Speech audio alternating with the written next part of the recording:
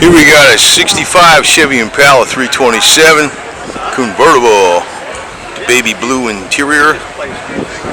It's got like the fake knockoff wheels, you know, hubcaps, which I like those. What do you call them? Spinners, whatever the hell they are. Nice interior. See, you got chrome around the seats. Too cheap to do that today.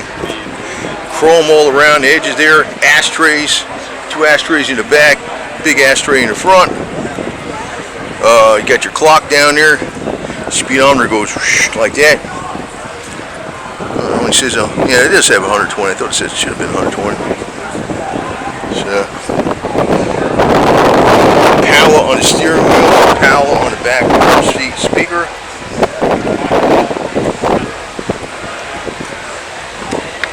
Dual antennas out back.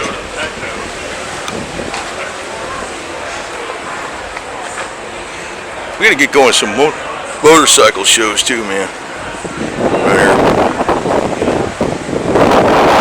Tell it's an Impala because it's got 3 lights on each side. If it's a Bel Air, it's got 2 lights on each side. And slight differentiations. The upgraded model.